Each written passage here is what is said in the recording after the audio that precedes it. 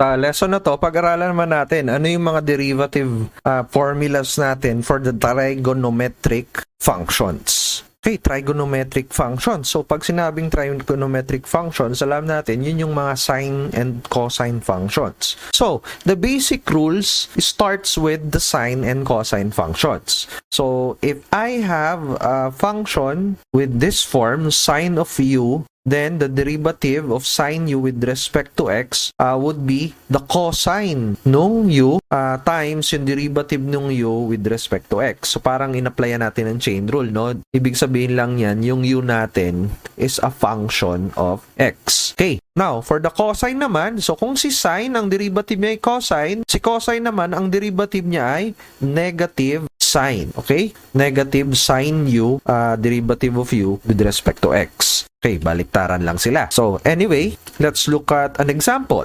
So, let's say we want to find what is the derivative of tangent of u with respect to x. Again, yung u dito, it is implied na u is a function of x. So, in terms siya ng x. So, in other words, pag kinuha mo yung derivative nito, ang gagawin lang natin dito, yung tangent, alam natin, sine over cosine yan. So, this is actually the derivative of sine of u with over cosine of u. Kasi 'di ba yung tangent equal yon sine over yung cosine. Okay. Now, looking at this, we can apply the quotient rule. So applying the quotient rule para makuha yung derivative, gagawin natin, copy the denominator, cosine of u times derivative nung numerator with respect to x minus copy the numerator, sine of u times derivative naman nung denominator. Okay, then divide the whole thing with the square of the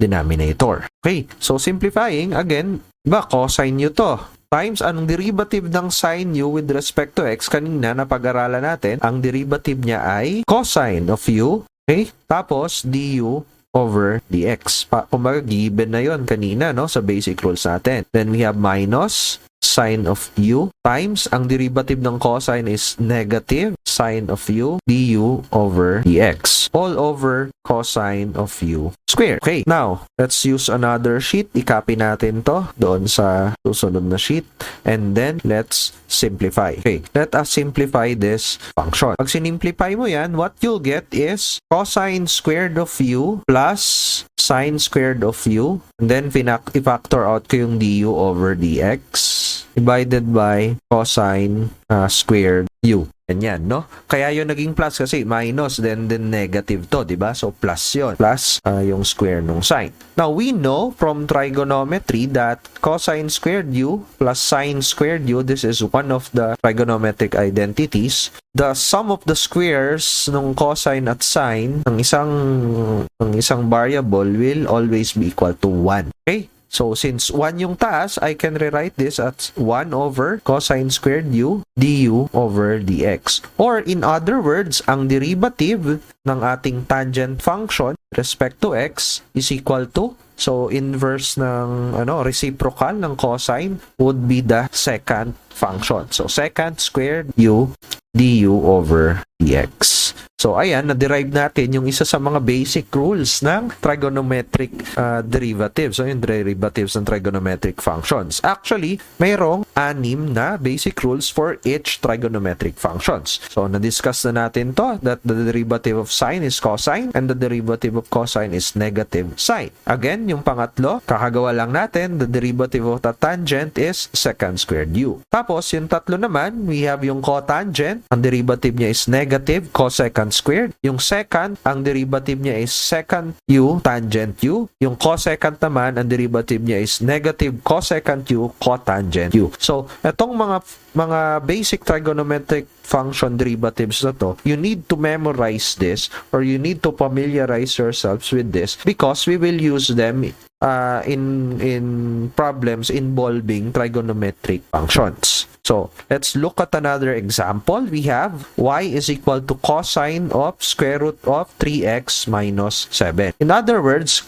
pag titignan mo yung form nung nung function natin, it is in the form y is equal to cosine u, where u is equal to the square root of 3x minus 7. And alam natin from our formulas, yung basic formula sa trigonometric functions, that the derivative would be yung derivative ng cosine, which is negative sine of u times yung derivative ng u with respect to x. So in other words, ito, yung kanyang derivative, y prime, that would be negative sine ng square root of 3x minus 7 times yung derivative ng square root of 3x minus 7. So, square root of 3x minus 7, this is also 3x minus 7 raised to 1 half. So, this becomes, baba mo yan, 1 half. 3x minus 7 raised to negative 1 half. Babawasan may isang exponent. And then, don't forget, yung sa chain rule natin, yung derivative nung nasa loob, which is equal to 3. Simplifying, we get the following. So, yan. So, 3 over 2 sine of square root of 3x minus 7 over square root of 3x minus 7. So, ito ang derivative nung example number 2. And don't forget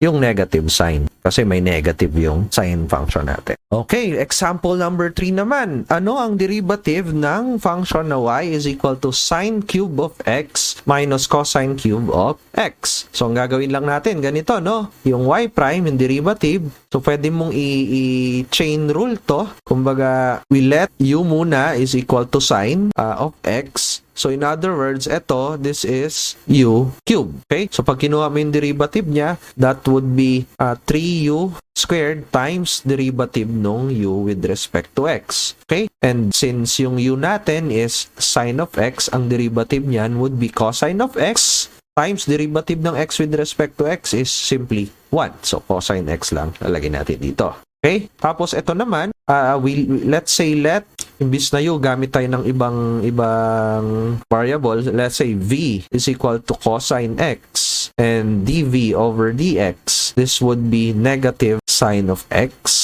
So, ito naman, palitan natin ng v. So, since naka-cube siya, this becomes v cube. So, ang derivative niya, that would be minus 3v squared times dv over dx. So, substituting yung values, we have the derivative of y is 3 times sine of x squared cosine of x minus 3 times ang v natin is cosine of x then squared times yung negative sine of x. And then, we simplify. Pag sinimplify mo, ang makukuha mong sagot ay 3 sine of x cosine of x times sine of x plus cosine of x.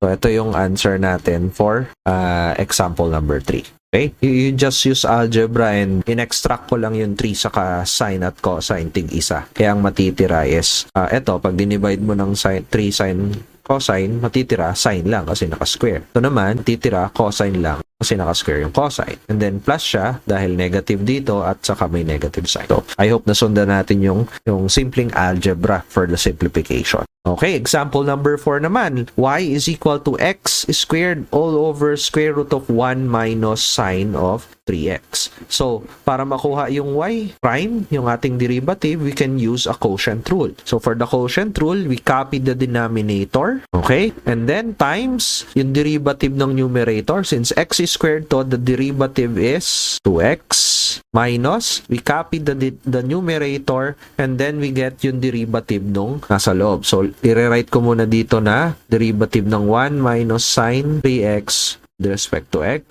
And then finally, i-square mo yung denominator. So, since naka-square root siya, lalagay ko lang dito 1 minus sine 3x. Okay? Now, ang problem natin dito is ano nga ba yung derivative nung square root ng 1 minus sine 3x with respect to x. Okay? So, gagamit tayo ng chain rule. Sa aking chain rule, gagawin ko, we let u is equal to 1 minus sine of 3x. And of course, ang derivative nito with respect to x, makukuha ko, ang derivative ng 1 ay 0. Ang derivative ng negative sine 3x, so negative. Derivative ng sine is cosine 3x. So, kaya yung naging negative kasi may negative doon. Okay? And then, times yung derivative ng u, yung nasa loob ng sine function. So, another chain rule yun, no? Yung derivative ng 3x, that would be 3. So, that's why yung derivative nito is negative 3 cosine 3x. Okay, now, substituting it here, basically, ang kinukuha natin, derivative ng u raised to 1/2 with respect to x, u raised to 1/2. Ito, square root of, ito yung u natin, 1 minus sine of 3x. So, derivative niyan, that would be 1/2 u raised to negative 1/2 times derivative of u with respect to x. In other words, this would be negative 3 cosine 3x divided by 1 minus sine 3x tapos 1/2, so dapat may over 2 dito. Okay? So pag sinubstitute mo yung u, tapos saka yung du over dx, ito yung derivative nito. So that's why, pag binalikan natin tong part na to, makukuha natin y prime is equal to, so let me rearrange this as 2x square root of 1 minus sine 3x minus x squared, tapos ito yung derivative nito nung square root of 1 minus sine 3x. So pwede nating isulat to na minus and then negative to, so magiging plus 3x squared cosine of 3x divided by 2 times 1 minus sine of 3x raised to 1/2 all over 1 minus sine of 3x. Okay. Now you can simplify it algebraically, pero stop na ako dito, no? I leave it as an exercise na i-simplify nyo to for example number 4. Okay, so let's look at another example. Marami tayong example for this trigonometric functions. Let's look at example number 5. Okay, so at example number 5, as you can see, may square root tayo and then meron tayong trigo function sa ilalim. As usual, kapag merong trigo function or may square root, ang ginagawa, nagkakaroon tayo ng chain rule. So, di ko na ipapakita yung intermediate steps ng chain rule. Ang mangyayari dito would be 1/2 and then yung 1 minus cosine 2x over 1 plus cosine 2x. And then, since naka-square root to, so parang naka-raise sa 1/2. So, maminusan mo ng 1, magiging raised to negative 1/2 times yung derivative nung nasa loob. Yung nasa loob, this one, ang derivative nito, we can use quotient rule for that one. So, we have yung denominator, again, times derivative ng numerator. Ang derivative ng cosine ay sine, at since may negative dito, that becomes positive sine of 2x. And don't forget yung derivative nung nasa loob nung trigonometric function. Minus, so siguro dito ko na lang ilalagay sa baba. So minus yung kunin mo yung numerator, 1 minus cosine 2x times yung derivative ng denominator. So we have negative sine of 2x times 2 all over yung square ng denominator. Ayan. So simplifying, try nating i-simplify ito. We have, let's see, 1/2 and then since may negative to, pwede nating i-reciprocal, magiging nandito yung plus sa taas, tapos dito yung minus sa baba, then raised to 1/2. And then, paano natin isi-simplify ito? Ito magiging plus dahil parehas negative. So, magiging 4 sine of, we cannot add them up kasi 1 plus to, ito 1 minus. I know, we can factor out yung 2 sine of 2x times 1 plus cosine of 2x plus 1 minus cosine of 2x. Yan, pinactor out ko yung sine 2x saka yung 2 all over 1 plus cosine of 2x square. Okay, so ito may mga makakancel yung plus cosine 2x saka minus cosine 2x, makakancel din yung 1/2. So finally, so let me copy this in another page para kita ko. So dahil na-cancel yun, we are left with y prime is equal to 1 plus cosine 2x over 1 minus cosine 2x raised to 1/2. And then dito, we are left with sine 2x over 1 plus cosine 2x na square. Okay.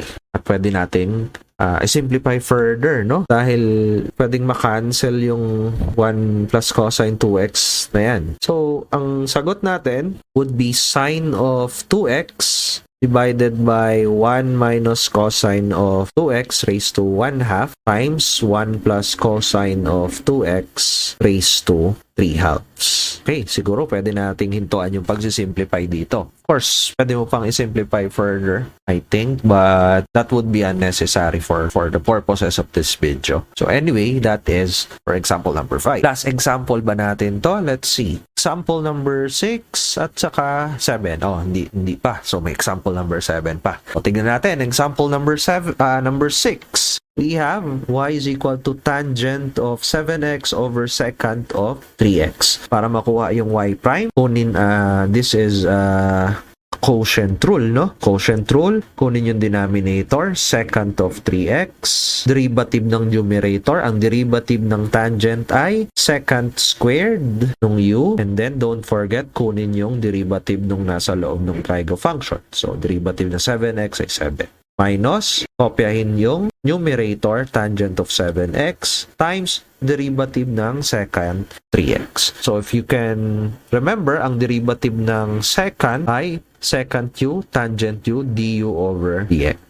So, this becomes secant ng 3x, tangent ng 3x, and don't forget yung derivative nung nasa loob niya. Derivative ng 3x ay 3. And then we divide by the square nung denominator. So, secant squared 3x. Okay, let's proceed to simplifying the answer. So, if we simplify this, paano kaya? So, first is, pwede nating i-cancel yung isang secant. So, yung secant 3x, pwede nating i-cancel. So, magiging hindi na to square. So, siguro, pwede na yan. So, we have 7 secant squared of 7x minus 3 tan of 3x tan of 7x divided by secant of 3x. And you can find other ways to simplify this further, but that's how you apply in trigonometric derivatives together with the quotient rule. So let's look at the last example for this video. Example number 7. We have cosecant of 2x over cotangent of 4x. Okay? Again, this is a quotient rule. So we copy yung nasa baba, and then we get yung derivative ng cosecant. Ang derivative ng cosecant would be, so tingnan natin yung listahan natin, cosecant, negative ng cosecant cotangent. So we have negative cosecant 2x, cotangent 2x, and don't forget yung derivative nung nasa loob. Minus, copy yung numerator, cosecant 2x, times yung derivative ng cotangent. That would be negative cosecant squared u. So yung function is cosecant squared 4x times yung derivative nung nasa loob, which is 4, and then square nung denominator. Okay. So, ayan. And then you simplify. But I'll stop here since ito naman na yung last. I'll leave it as an exercise for you to simplify. So, ganito yung derivatives of trigonometric functions. You can use it in combination with the chain rule, the product rule, or the quotient rule. Basta tatandaan nyo lang itong 6 na. Like mo yung video kung ayos. Pag hindi, pag mo i-dislike, leave ka ng comment kung bakit, ha? Sige na, subscribe.